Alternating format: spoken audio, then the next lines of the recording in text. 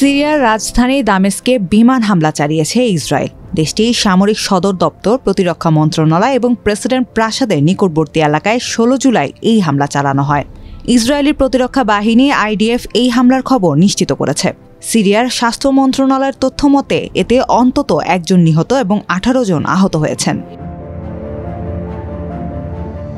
সামাজিক যোগাযোগ মাধ্যম এক্সে দেওয়া এক পোস্টে IDF জানিয়েছে, সিরিয়ার রাজধানী দামেস্কে সিরীয় সরকার নিয়ন্ত্রিত সামরিক সদর দপ্তরে প্রবেশপথে হামলা চালানো হয়েছে।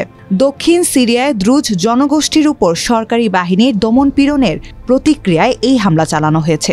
ইসরায়েলের রাজনৈতিক নেতৃত্বের নির্দেশেই এই অভিযান পরিচালিত হয়েছে এবং যে কোনো পরিস্থিতির জন্য আমরা প্রস্তুত। হামলার বিষয়ে IDF আরও জানায়, প্রেসিডেন্ট প্রাসাদের খুব কাছাকাছি অবস্থিত একটি সামরিক লক্ষ্যবস্তুতে হামলা চালানো হয়েছে।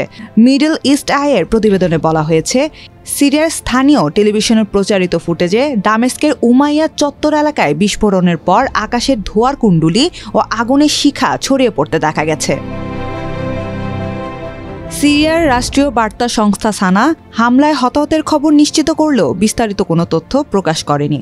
ইসরায়েলের প্রতিরক্ষা মন্ত্রী ইসরায়েল কাটজ এক্সে হামলার ভিডিও প্রকাশ করে মন্তব্য করেন, তীব্র হামলা শুরু হয়েছে। সম্প্রতি সিরিয়ার দক্ষিণাঞ্চলীয় সুইদা প্রদেশে দ্রুজ জনগোষ্ঠীর সঙ্গে সেনাবাহিনীর সংঘর্ষ হয়। দ্রুজরা সরকার বিরোধী হিসেবে পরিচিত হলেও সাবেক প্রেসিডেন্ট বাশার আল আসাদের পতনের সময় তাদের মধ্যে উল্লাস লক্ষ্য করা গেছে।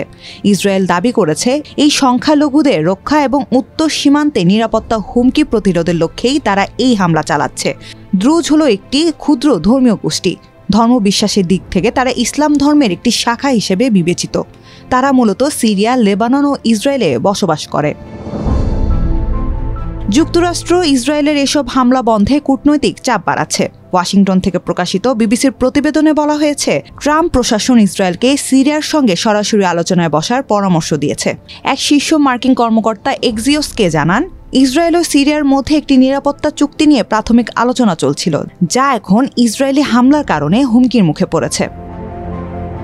মার্কিন পররাষ্ট্রমন্ত্রী মার্কো রুবিও সাংবাদিকদের বলেন, আমরা ইসরায়েলিদের বলেছি থামো এবং শান্ত হও। আমরা চাই আলোচনার মাধ্যমে এই সংকটের সমাধান হোক।